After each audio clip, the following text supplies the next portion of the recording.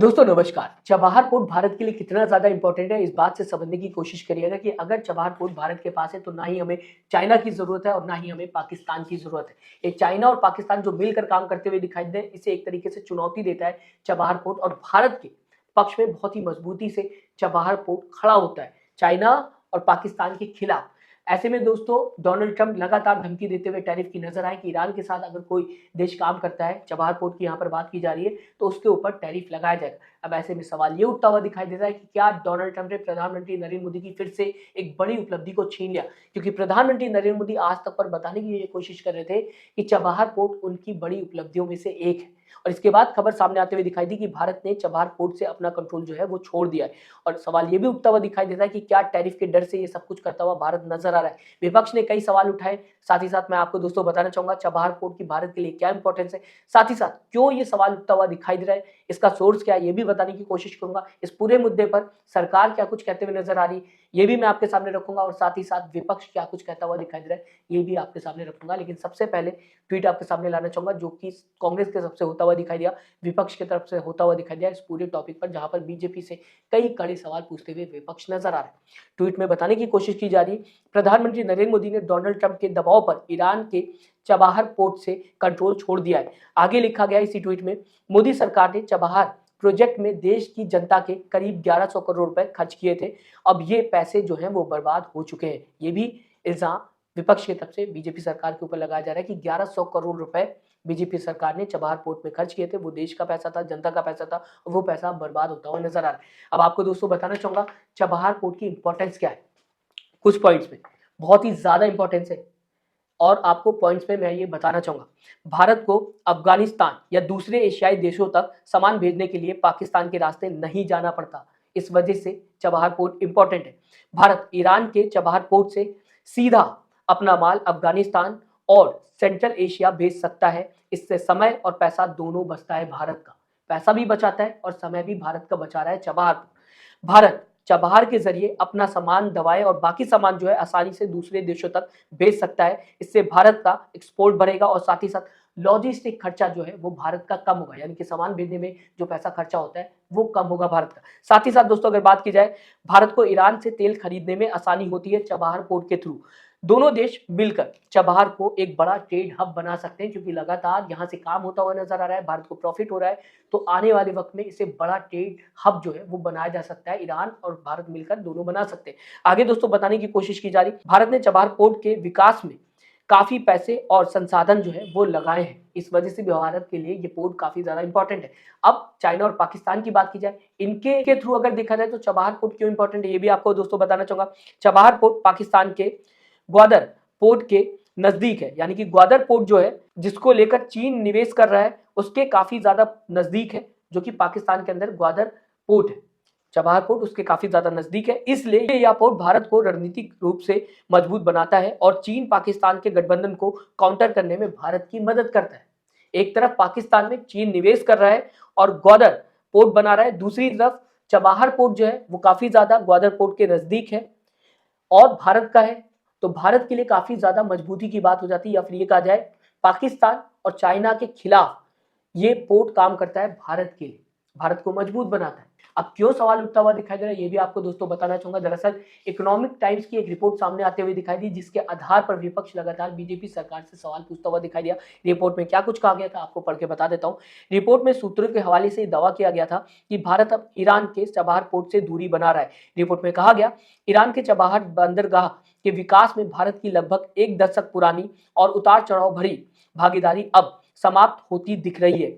इसकी वजह यह है कि अमेरिकी राष्ट्रपति डोनाल्ड ट्रंप ने 12 जनवरी को कहा कि जो भी देश ईरान के साथ कारोबार करेगा उस पर अमेरिका के साथ किए जाने वाले किसी भी या फिर ये कहा जाए हर तरह के व्यापार पर 25% टैरिफ लगाया जाएगा।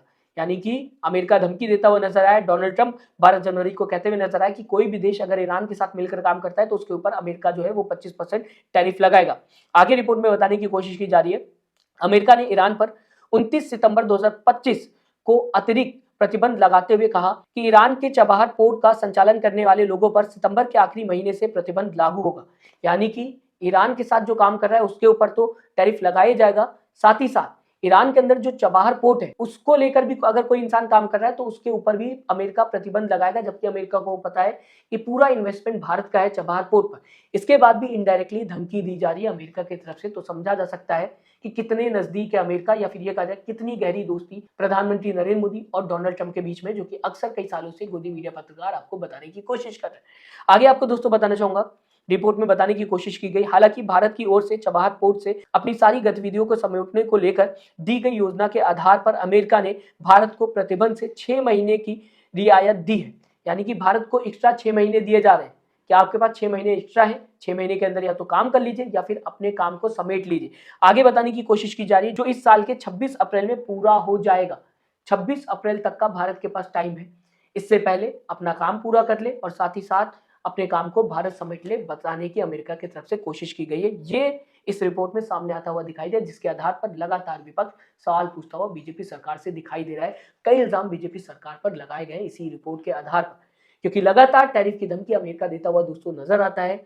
जब इंडिया रशिया के साथ ऑयल बिजनेस कर रहा था उस दौरान भी धमकी दी गई, ऑयल खरीद रहा था लगातार इंडिया, और ट्रम्प बताते हुए नजर आए कि हम जो है वो टैरिफ लगा देंगे 25% का अगर इंडिया रशिया से तेल खरीदेगा, और लगा भी दिया। और अब फिर से यही देखने को मिल रहा है कि जब भारत ईरान के साथ काम कर रहा है तो भी टैरिफ की धमकी दी जा रही है। ऐसे में कांग्रेस के स्पोक्सपर्सन सुप्रिया शिनेत क्या कुछ कहते हुए नजर आई, बिना देरी के आपके सामने कांग्रेस के स्पोक्सपर्सन सुप्रिया शिनेत का ये बयान रखना चाहूंगा, जहां पर बीजेपी के ऊपर इसी मुद्दे को लेकर कई सवाल उठाए जा रहे हैं।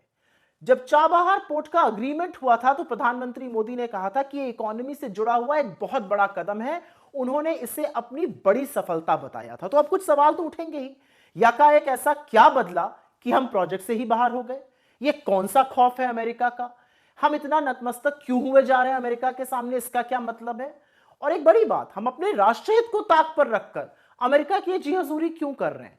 लेकिन सबसे बड़ा सवाल आज भी वही है कि भारत, ये देश हमारी सरकार चला रही है या हमारा नीति निर्धारण ट्रंप मोदी जी को आदेश देकर कर रहे हैं? ये सारी बातें बहुत बड़े सवाल खड़ा करती हैं। और सवाल फिर से पूछा जाएगा, हम चाबहार पोर्ट प्रोजेक्ट से बाहर क्यों हुए?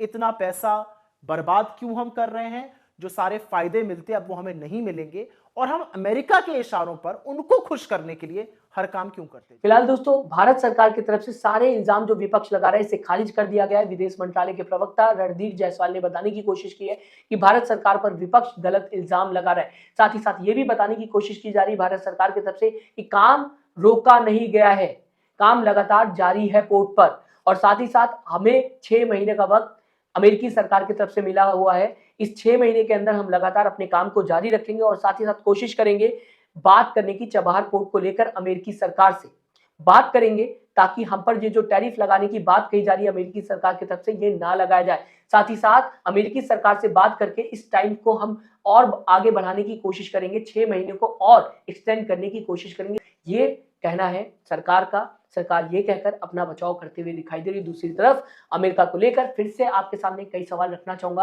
अमेरिका की दोस्तों अगर बात की जाए पिछले कई सालों की, तो लगातार भारत के ऊपर टैरिफ लगाने की धमकी दी गई है। जब हम रशिया के साथ काम कर रहे थे, रशिया से हम तेल खरीद रहे थे, उस वक्त भी अमेरिका ने धमकी दी थी और 25% टैरिफ भारत के ऊपर लगाया था। और अब जब हम ईरान के साथ काम कर रहे हैं तो यहाँ पर भी अमेरिका धमकी देता हुआ नजर आ रहा है। ऐसे में सवाल ये उठता है कि क्या अगर अमेरिका की किसी देश के साथ अच्छी नहीं बन रही है तो अमेरिका चाहता है कि भारत भी उस देश के साथ व्यापार ना करे, या फिर भारत के भी उसके साथ अच्छे संबंध ना हो? और अगर भारत के संबंध अच्छे होते हैं तो क्या अमेरिका टैरिफ की धमकी देगा? और क्या भारत को टैरिफ की धमकी से रुकना चाहिए जो अमेरिका बार बार देता हुआ नजर आता है? कई सवाल है जो आपके सामने मैं रख के जाना चाहता हूं, और चाहूंगा अगर आपको इन सवालों के जवाब पाता हूं तो कमेंट बॉक्स में अपनी जवाब को जरूर लिखिएगा। साथ ही साथ दोस्तों चैनल को सब्सक्राइब, वीडियो को लाइक करना मत भूलिएगा। दोस्तों अपना ख्याल रखिएगा। नमस्कार।